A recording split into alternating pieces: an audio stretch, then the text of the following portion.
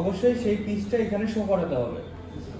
ঠিক আছে, সো আপনি যদি শুধুমাত্র ভ্যামটা এখানে শো করান তাহলে এখন কাটিং কমান্ড দিলে শুধু ভ্যামটা কাটবে। যদি মনে করেন ভ্যাম্পের সাথে এই দুটো শো করেন তাহলে এই দুটো কাটবে। আপনি যদি মনে করেন গ্রেডিং করেন, গ্রেডিং ভিউটা শো করান তাহলে গ্রেডিং ভিউটা কাটবে। ঠিক আছে, সো এইখানে যে ভিউটা থাকবে সেই ভিউয়ের যে পিসগুলো থাকবে সেই পিসগুলো কাটবে। এখন যদি দেখেন আমরা যদি এইভাবে কাটিং কমান্ডটা দেই তাহলে কি হবে, এই যে দাগগুলো যে আছে এই দাগগুলো কাটিং এ চলে যাবে, কোনো পিস আসবে না। ঠিক আছে, তো এইভাবে দেওয়া যাবে না কোনো সময়। আমরা যে কোনো পিস দিতে পারি অথবা সবগুলো পিস একই সাথে দিতে পারি। সবগুলো পিস একই সাথে দিয়ে এইখানে আমাদের একটা শর্টকাট আছে,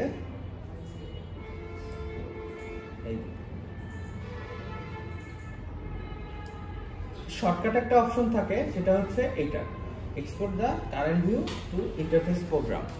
আমাদের যে কাটিং করা হয় প্লটারে কাটিং করা হয় এটাকে বলা হয় interface program. So interface program, হ্যাঁ, সো এটা ক্লিক করা মানে হচ্ছে ইন্টারফেস প্রোগ্রামের এটা কমান্ড দিয়ে দেওয়া। ঠিক আছে, কিভাবে কমান্ড হয়, এটা একটা ফাইল ক্রিয়েট হয় এবং ইন্টারফেসে গিয়ে সেই ফাইলটাকে ওপেন করা হয়। ঠিক আছে, সেখান থেকে আমরা দিয়ে দিলাম, বাট এখানে দেখেন ইরর আসতেছে, কিন্তু এটা তো প্লটারের সাথে, কারণটা হচ্ছে আমাদের প্লটারের সাথে এটা কোনো কানেক্ট নাই। ঠিক আছে, আচ্ছা, এই সেম কাজটা আমরা শর্টকাটে ছাড়াও করতে পারি। সেম কাজটা আমরা করতে পারি ফাইল, ইন্টারফেস ফাইল, ইন্টারফেস কাট, ইন্টারফেস কাট, আর এই যে আমরা এখানে যেটা দিলাম এটা হচ্ছে সেম। ঠিক আছে, সো ইন্টারফেস কাটে আমরা ক্লিক করলাম, এখনো দেখেন এরকম ইরর আসবে, কারণ এটা প্লটারের সাথে কানেকশন নাই। যদি প্লটারের সাথে কানেক্ট থাকতো তাহলে এই ইররটা আসতো না। ঠিক আছে, আচ্ছা, দেন এখন আসি যে ধরি আমাদের এটার সাথে কানেক্ট আছে, হ্যাঁ, তো সেক্ষেত্রে file, interface file, interface file name. Interface file নেমটা হচ্ছে আমরা এই ফাইলটাকে সেভ করতেছি, আমরা সরাসরি প্লটারে না দিয়ে ফাইলটাকে সেভ করতেছি। ঠিক আছে, so file, interface file, interface file name. এখন আমরা এটাকে ফাইল হিসেবে সেভ করি, ধরে হচ্ছে ডেস্কটপে সেভ করে দেই।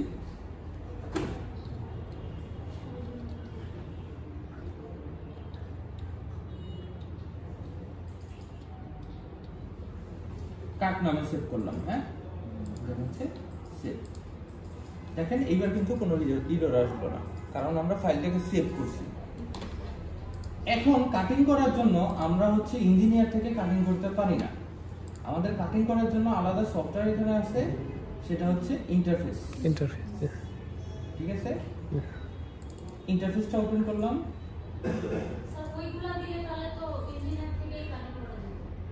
না না, তখনও আপনার ইন্টারফেস ওপেন করতেই হবে। ইন্টারফেসে ওই সেম ইড আছে, ওটাতে হলো কি সেম প্রসেসটাই, জাস্ট যদি কানেকশন থাকতো প্লটারে তাহলে এই ইররটা আসতো না। ঠিক আছে, এই পর্যন্তই। হ্যাঁ, তখন সরাসরি সেটা ফাইলটা ইন্টারফেসে চলে যেত।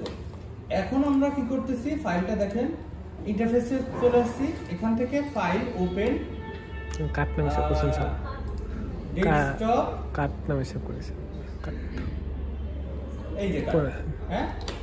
সো যখন ওইখানে কানেকশন থাকতো তখন অটোমেটিকলি আমরা ফাইল ওপেন করলে এই জায়গায় চলে আসতো, ফাইল ওপেন করলে এখানে পাওয়া যেত, মানে এই যে এটার যে ফোল্ডার, ইন্টারফেসের যে ফোল্ডার সেখানে পাওয়া যেত। ঠিক আছে, সো ডেস্কটপ কাট, দেন হচ্ছে ওপেন। এখন দেখেন ওই ফাইলটাকে আমরা ওপেন করছি, ফাইলটাকে ওপেন করার পরে এখনো কিন্তু আমাদের ইন্টারফেস প্রোগ্রামে কোনো প্যাটার্ন আসে নাই। ঠিক আছে, আমাদের পিসগুলো কিন্তু চলে আসছে, এই দেখেন এই নিচে এই পিসগুলো, পিসের নাম দেওয়া আছে, জি স্যার, পিসগুলো চলে আসছে। পিসের পাশে টিক চিহ্ন দেওয়া আছে। যদি আমরা কোনো পিস কাটতে না চাই সেক্ষেত্রে আমরা টিক চিহ্নটা উঠায় দিলে তাহলে দেখেন দুইটাই আসবে।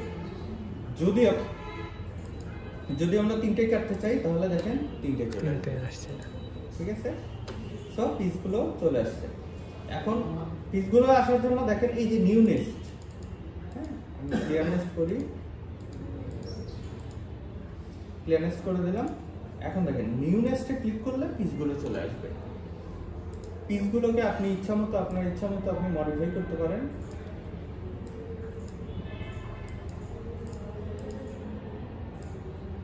আপনার ইচ্ছামতো এটাকে মডিফাই করতে পারেন।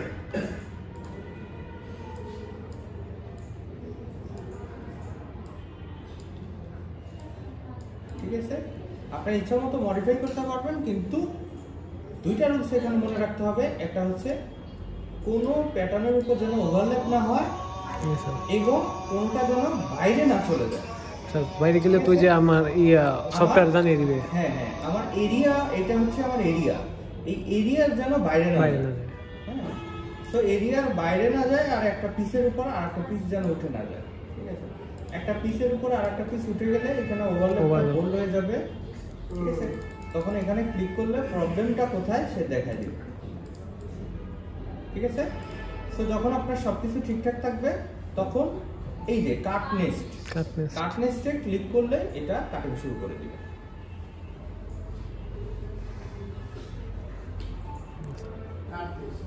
কাট নেস্টে ক্লিক করলে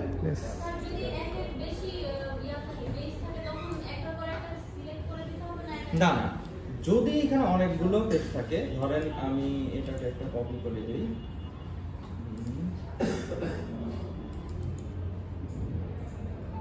কপি করলাম, হ্যাঁ কপি করে এটাকে আমি 2 নাম্বার পেজে নিয়ে যাই, মুভ টু পেজ 2। ঠিক আছে, তাহলে এখন কি হলো, আমাদের 2টা পেজ হলো। হ্যাঁ, সো এখন যদি আমরা কাটিং কমান্ডটা দেই তাহলে প্রথম পেজটা কাটিং শুরু করবে। প্রথম পেজটা কাটিং যখন শেষ হয়ে যাবে তখন মেশিন অটোমেটিক্যালি স্টপ হয়ে যাবে। হ্যাঁ, স্টপ হয়ে যাবে এবং এইখানে একটা পপআপ আসবে। হ্যাঁ, পপআপ আসলে যখন আপনাকে ওই পেজটা চেঞ্জ করে দিতে হবে, চেঞ্জ যখন হয়ে যাবে তখন এই পপআপে আবার ওকে করলে আবার নেক্সট পেজটা কাটিং শুরু করবে। স্যার যে এটা তো একটা মানে ফুল পেজ, মানে এই যে মানে এটা তো এই যে মানে একটাই, মানে এটা পুরো পেজ করার জন্য কি ওই এটা স্যার প্রসেসটা?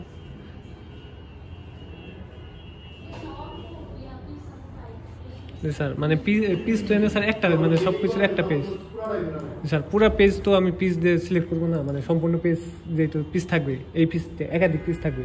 হ্যাঁ, মানে সেটার জন্য কেন স্যার, মানে একাধিক পিস আনবো কিভাবে স্যার? একাধিক পিস বলতে একাধিক মানে এটা মানে সম্পূর্ণ পেজ আবার মানে ও স্যার গ্রেডিং করা থাকলে কি? গ্রেডিং করা থাকলে জাস্ট এখানে গ্রেডিংটা সিলেক্ট করবেন, এখানে গ্রেডিংটা সিলেক্ট করবেন। ধরেন এটাকে যদি আমরা গ্রেডিং করি, গ্রেডিং করে দিই,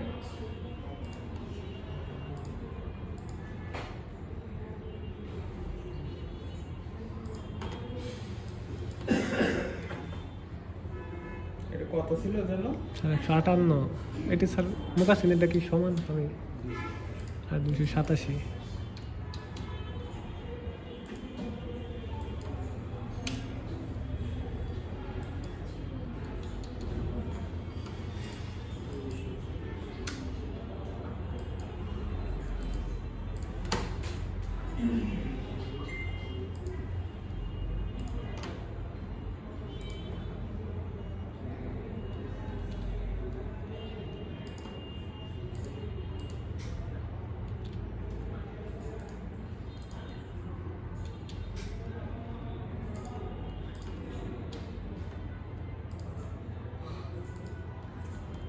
আচ্ছা দেখেন, যখন গ্রেডিং এই এখন আমাদের গ্রেডিং হলো না, এখন যদি আমরা কাটিং এর কমান্ড দেই,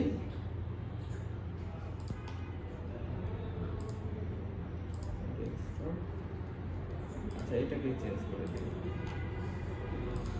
রিপ্লেস করে দিই। ঠিক আছে, তো এখন দেখেন ওই ফাইলটা ওপেন করি, ডেস্কটপ,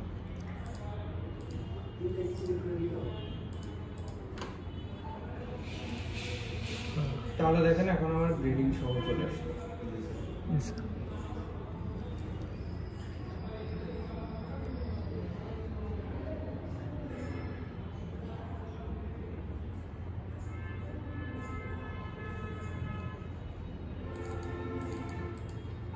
আছে? Yes, sir. তো এইখানে আমরা যেগুলো ভিউ থাকবে সেই ভিউটাই সেই পিসগুলোই সরাসরি কাটিং এ চলে যাবে।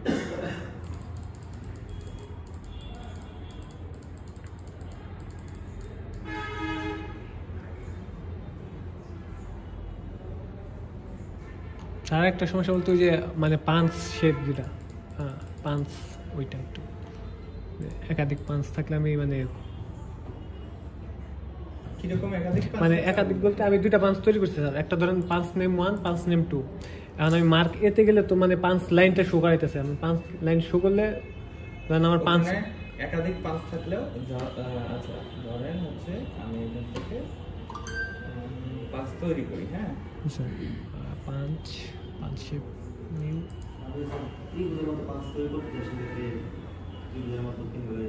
ওটা হচ্ছে এই পাঞ্চ শেপ ড্রতে নাকি স্যার?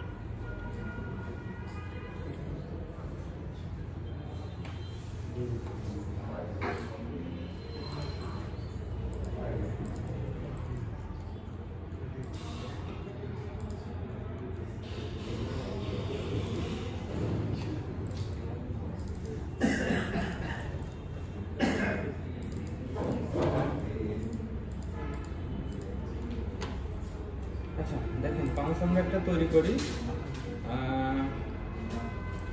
ডিফল্টটি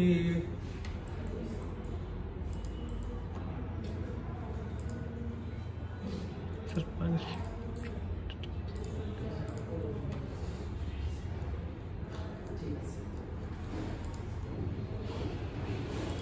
আচ্ছা পাঁচ আমরা তৈরি করি। এখন পাঁচ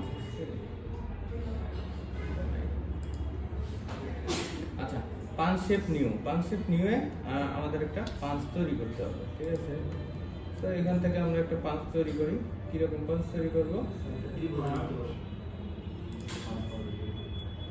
ওই পাঞ্চ শেপে যায় মানে নতুন একটা লাইন টেনে নিতে হবে। ঠিক আছে, ত্রিভুজ করে দিলাম। ও না হবে না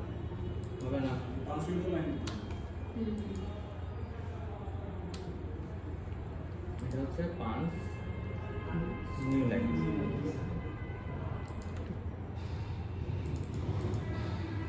গোল হয়ে যাচ্ছে। ও স্যার একটা অ্যাকসেপ্ট করলে তো স্যার ও কার্ভ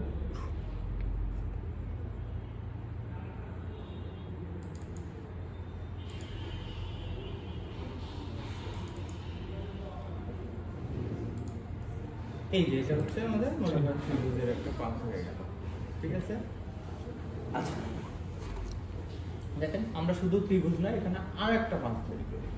ঠিক আছে, মনে করেন পাঁচ লাইন, পাঁচ শেপ নিউ, এখানে বি দিলাম, এটা হচ্ছে সি দিই। তো এটাকে রাউন্ডে রাখি। আবার এখান থেকে দেখছি না let's modify it.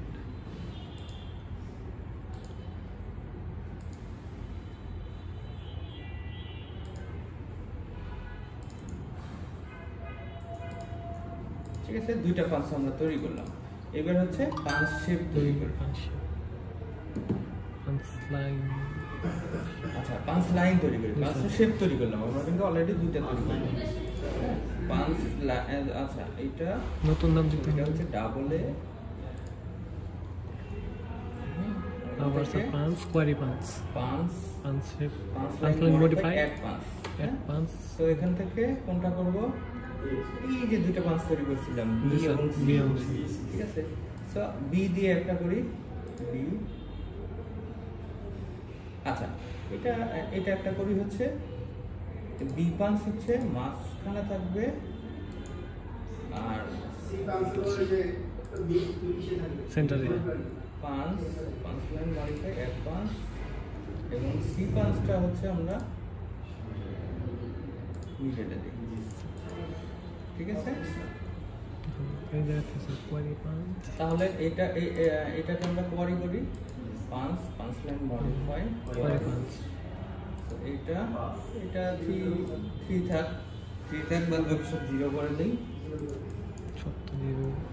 জিরো করে দিলে সেন্টারে চলে আসবে 0, ঠিক আছে। তো এটাকে 1.5 ছোট করি, 1.5 করি, দেন x কোঅর্ডিনেট হচ্ছে x থেকে হ্যাঁ দূরে থাকবে 3 বা 4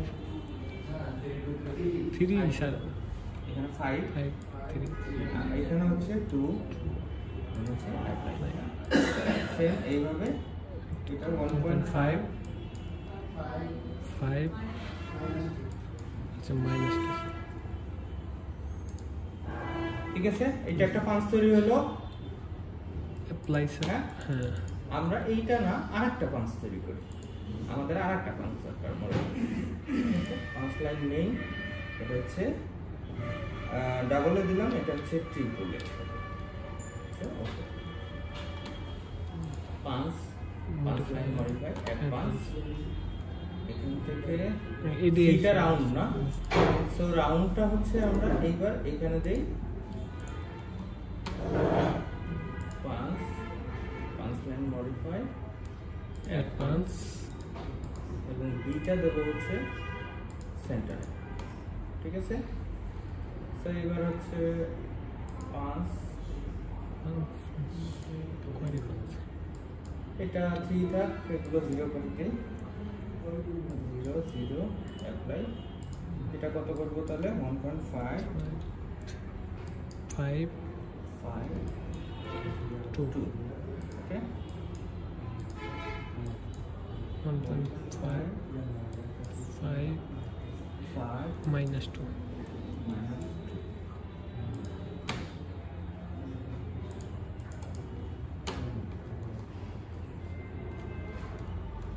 ঠিক আছে। তাহলে 5 আমরা দুইটা করলাম। এখন জি স্যার, এখন আমরা অ্যাপ্লাই করি, কোথাও যদি অ্যাপ্লাই করতে চাই, ঠিক আছে। ধরেন আমরা হচ্ছে এখানেই অ্যাপ্লাই করব, আমরা এই পাঁচ দেবো না, এই পাঁচের বদলে আমরা অন্য পাঁচ দেবো।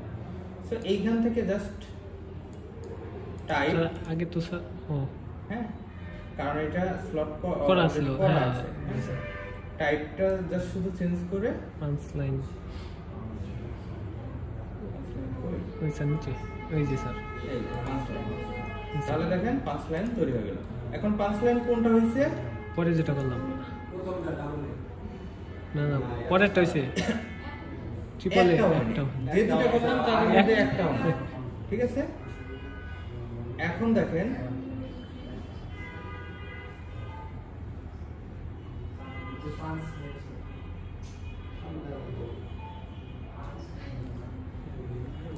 এই যে 5 নেম, 5 এর নেমে গিয়ে দেখেন আমরা দুইটা দিলাম, হ্যাঁ ডাবলে এবং হচ্ছে ট্রিপলে। ডাবল এটা ক্লিক করে দিলাম, এই যে ডাবল এটা শুরু হয়ে গেছে, ঠিক আছে। সো এখান থেকে জাস্ট শুধুমাত্র আমরা স্পেসিং করে দিই, ঠিক আছে। আবার এটাকে যদি আমরা এখানে দিচ্ছি হচ্ছে ডাবলে, সো এখান থেকে আমরা ট্রিপলে দিয়ে দিলাম, দেখেন আবার স্পেসিং করে, ঠিক আছে। সো এখানে যত পাঁচ তৈরি করবেন এইখানে হচ্ছে 5 নেমের এই জায়গাটা সব থেকে যাবে।